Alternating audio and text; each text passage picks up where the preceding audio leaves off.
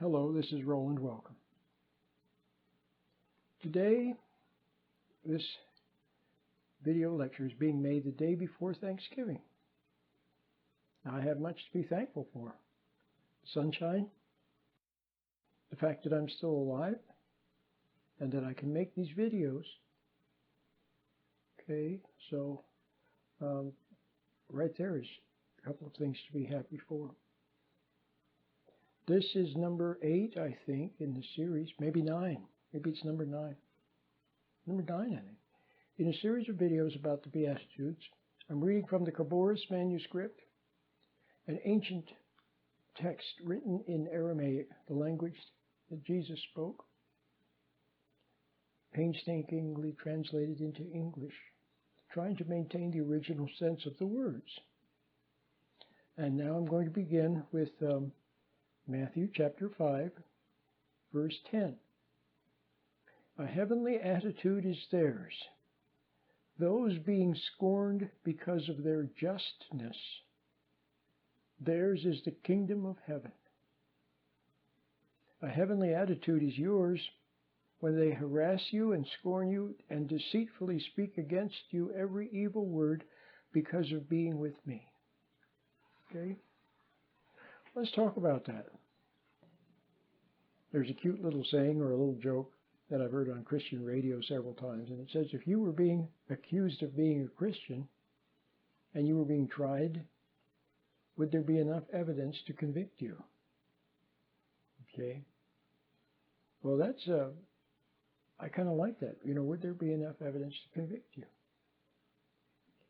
So most of us, there wouldn't be enough evidence because we haven't yet made the transition. See? Christ said, you're either for me or against me. He said, no man can serve two masters. You can't ride two horses. Okay? He said somewhere he would vomit the lukewarm from his mouth. So there's something about you're having to make a commitment. Okay? But most of us don't know what that is. What has to happen is that truth has to enter your life. See, a lot of people make a commitment to an organization or to a church or to some leader or to some cause. That's some organized group. No, that's not it. It's something that's within, and it's between you and what you know in your heart. It's between you and your Creator, you and the truth, you in the right way. See, all around you, and for most of your life, you and everyone else is doing what? Serving pride, self-serving, serving self, serving pride, serving others' pride, and not rocking the boat. Okay?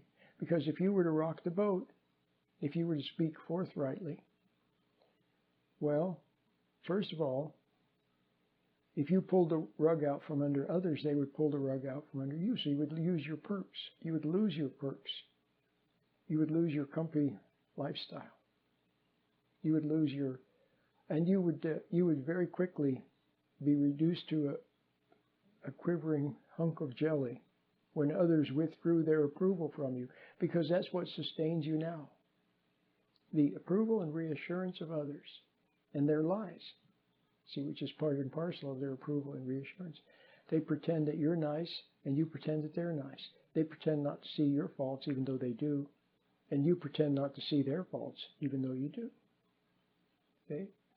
So you pretend not to see their faults, but you secretly judge them. And they pretend not to see yours, and they secretly judge you. And so everyone is supporting everyone else's pride. Okay?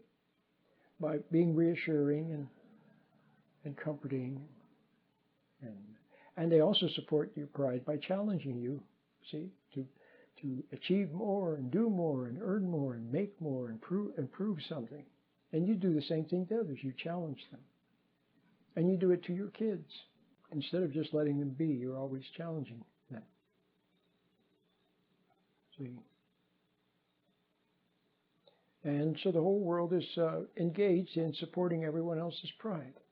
And we extol pride you know, the team that wins the most, and person that earns the most, and the Hollywood actor that has the most fans. You see, all that sort of thing. And we hold high on the pedestal, the lowest. If you take a look at the gossip magazines and see who are the ones that are getting all the attention, well, for the most part, it's not the most noble people. Okay. So we're supporting others' pride, and if we see someone's pride faltering a little bit, then we pressure them. Try do harder, be more, don't be lazy. See? So from the cradle to the grave, it's endless, you know. It's like remember the old Roman galley ships where the men would row and row and row, and the person would be there cracking the whip, and if they stopped rowing, why the whip would crack. That's pretty much the way it is. See, that's why some people drop out. Why do you think there are dropouts? So many dropouts from society. It's because they couldn't take the pressure. See, all that pressure that makes some seem to succeed, but in the long time, that type of success is also failure. Makes others fall apart or rebel. See, but then those who are dropouts, then someone comes along and comforts their pride too. Someone becomes their advocate, and they get free money from the government, and so on. See? So someone supports them. So everyone is supported one way or the other. And then, of course, you have beer and alcohol and marijuana, and all to support pride, and to support and pills to maintain the idea that there's just something wrong with your body, and not something wrong with your attitude. See, something became wrong with your body because of your wrong living and wrong attitude very often. You know, of course, there are genetic reasons and so on, but a lot of times people bring, you know, by wrong eating, for example, wrong eating and by being angry all the time, and see, it has an effect on their well-being. So it's all about pride and supporting pride, and lies. See, and we become very defensive. The more prideful we are, and the more wobbly we are on our throne, pretending to be a king, we act like a king or a queen. This great king. See, we're playing God, pretending to be the king. And if someone doesn't respect us or honor us, then we immediately puff up in judgment and condemn them. So now we read here, it says, a heavenly attitude is theirs, those being scorned because of their justness. Well, I've often said that little children are close to God. Okay? And for most people, they're the closest to God when they're little babes.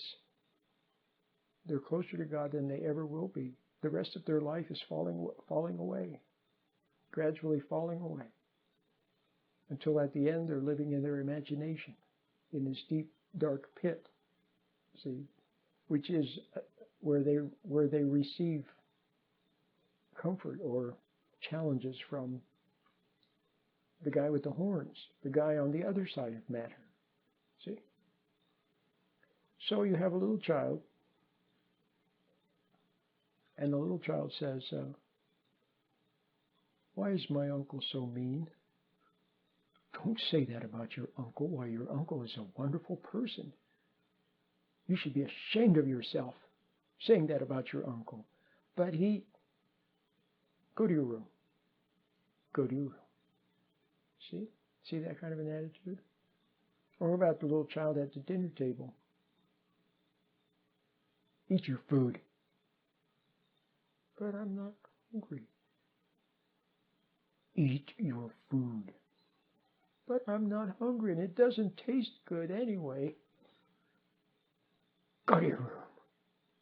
See, it's usually worse than that. It's more subtle than that. It's worse than that. See? Or how many, then there's the proverbial child sitting at the table who's smiling and happy and giggling. And the ogre, whoever the chief ogre is, could be mom, could be dad, suddenly rises up and slaps the child, says, wipe that grin off your face. See? So they're being persecuted, aren't they? Why? Because their attitude and their words are truth. Uncle is mean, see? And they are happy and sweet. And the chief ogre, the prideful, resentful, hateful ogre, sees himself or herself in contrast to the sweetness of the child and can't bear the contrast. Okay? So a lot of children are tormented, slapped down, beaten, treated cruelly, rejected, all to make them fall away from the inner light. See? Fall away and then and not shame the ogre. See? The ogres don't want to be shamed. They don't want to be shamed. And so you take your life in your hands when you speak up. In the average home, nowadays, where so many fathers are gone, half of the homes are single-parent families, and that's usually mom. Dad is gone, or he's a non-factor. He's either gone or he's a non-factor, so there's 75 or 80% of the homes. And in the remaining 20%, most of the time he's somewhat of a factor, but not much. He sits in the living room and works in the garage, and see. So in a lot of homes, he's a non-factor. So the home is being presided over basically by a self-righteous person who's angry at her husband. See? And you take your life in your hands if you challenge her authority, or you dare to speak up. See? You take your life in your hands. A lot of kids do. The ones that have the most guts, the most spunk, the most chutzpah. See? The ones eventually worth saving. They're the ones that speak up and they get slapped down. So they're being persecuted for their justness, for being honest. See? Even their very being, the child's very being, bright, cheerful, sweet. See? It contrasts so much with the spiritual ugliness of the presiding ogre, that the presiding ogre cannot bear even its being. So a concerted effort is made to often to make that child wrong, to make that child appear wrong, often by pressuring the child until the child starts to cry or gets angry or rebels, and then they lower the boom on the child, see? So there you have it. So the society is presided over by ogres. One ogre, a hierarchy of ogres. One higher than the other. And the higher the ogres are, the more prideful they are, the more cunning and clever they are, the more ruthless they are. See? And so it's not a pretty picture. So at the bottom you have those that are very often angry, because they're presided over by a whole hierarchy of ogres. So, and you could also call them tyrants. So look everywhere. You have governmental tyranny, religious tyranny, parental tyranny, work tyranny, peer group tyranny, drug tyranny, all kinds of tyranny. Okay, and the tyranny is everywhere. Most people cop out and they go along to not rock the boat, to not lose out on whatever perks they have. And their only hope of success, in quotation marks, or making something of themselves is within the system. And so they buy into the system, and they become hypnotically fixated to the system in such a way that they identify with the system, and anything that opposes the system they feel is a threat. Okay? So now earlier I began to say that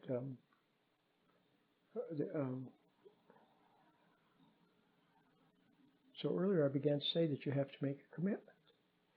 But like I said, in your present state, if you're like most people, in your present state, your emotional state, your hypnotized state, your people-pleasing state, where you kowtow to your wife or the teacher or your boss, or you're always kowtowing, always never speaking up, never rocking the boat.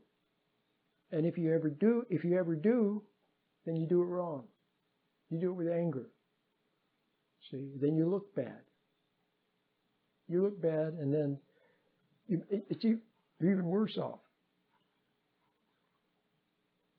So you just clam up and say nothing, and then go get drunk or something like that, or watch a ball game. Well, so how are you going to make a commitment, and then begin to speak up, and draw the line in the sand, so you can be a noble warrior for Christ. How do you do that? Well, of yourself you can do nothing. Truth has to enter your life. God has to enter your life. And how it's going to happen, or when it will happen, or if it'll happen, I cannot say. Okay, but all you can do is yearn for truth, yearn for innocence, and yearn for the Father you've never known, and yearn for something pure and something good. Okay, it's a yearning. It's wordless. The cry of the soul is without complaint. And God enters your life, then the first thing you will see, He will send some light. And then in that light, you will begin to see your own wrongs.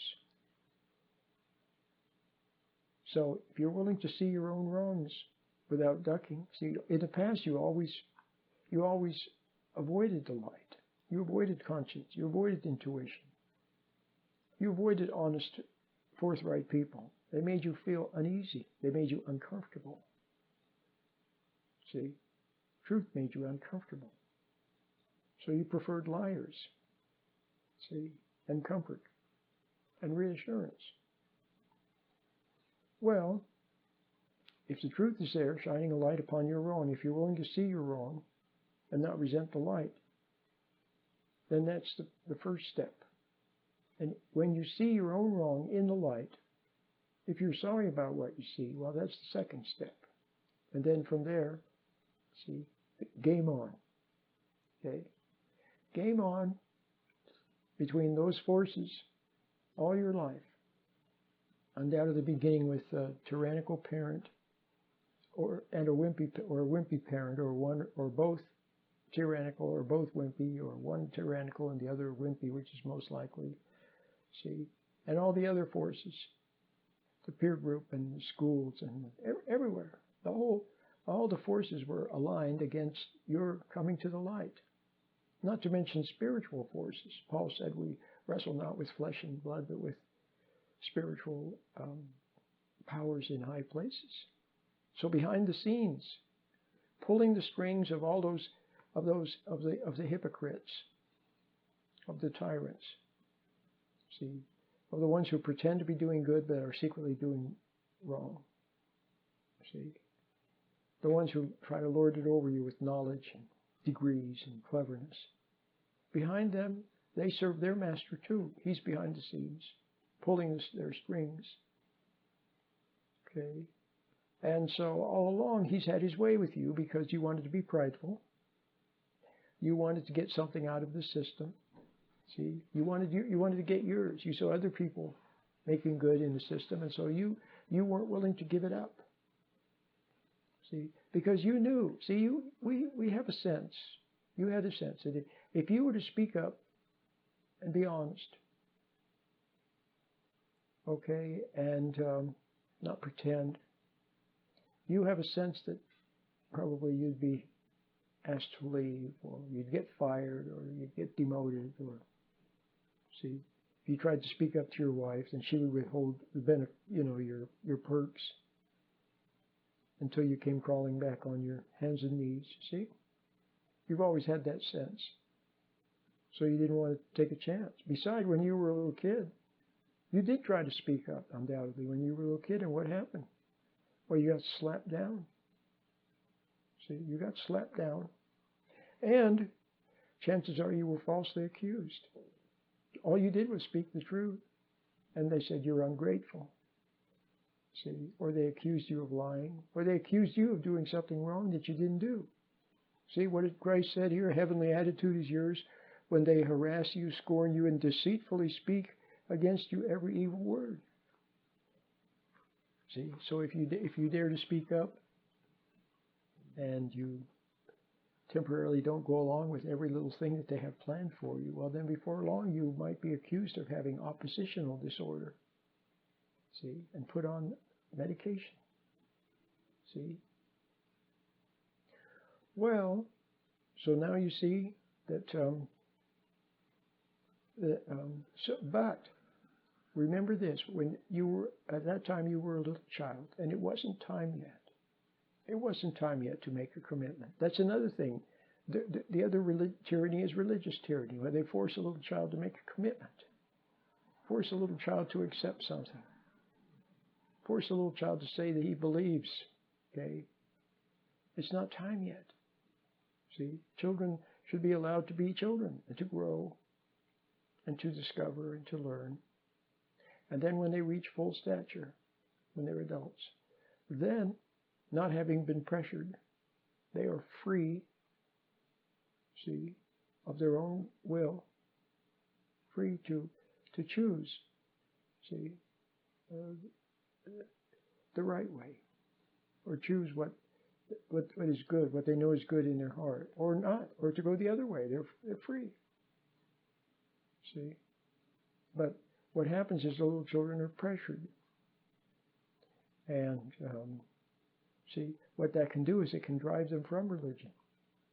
See, the very thing that does have good principles, and if it's true religion, it could help them.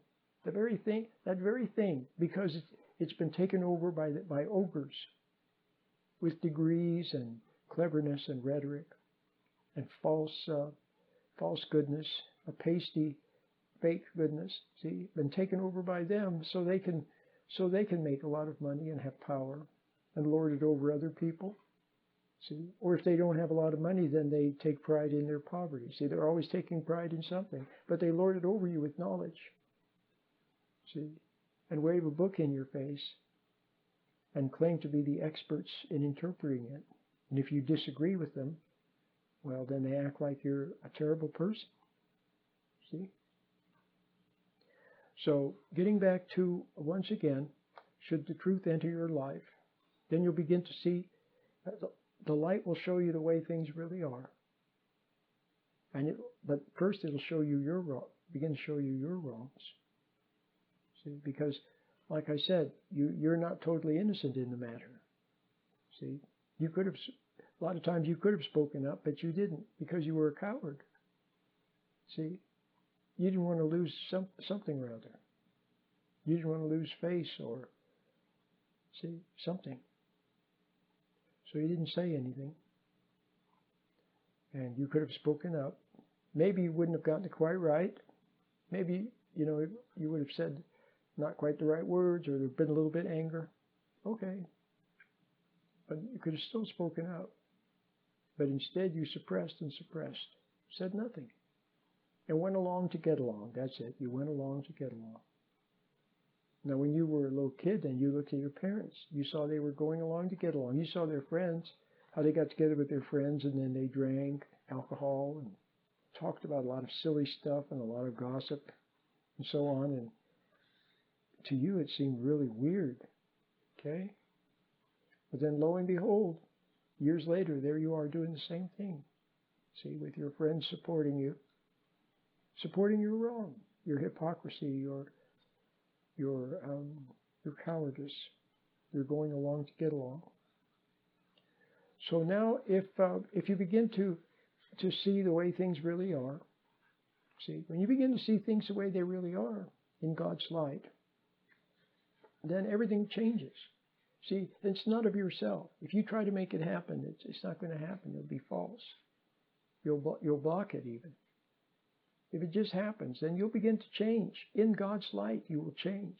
You will come over to the bright side instead of being part of the dark side. So you didn't know that. All along, you were actually fighting against truth in order to preserve your pride. And you didn't realize that. But now you come over to the bright side, and now you'll see everything the way it really is. And now you'll see that a lot of your friends were not really friends. They were just lying to you and supporting you and reassuring you. See? And people who seemed like they weren't your friends because they were honest or forthright, didn't support you in your wrong. They seemed mean and cold. Now you see that they really were your friends. Okay? And you'll see things the way they are. You'll see the deceit.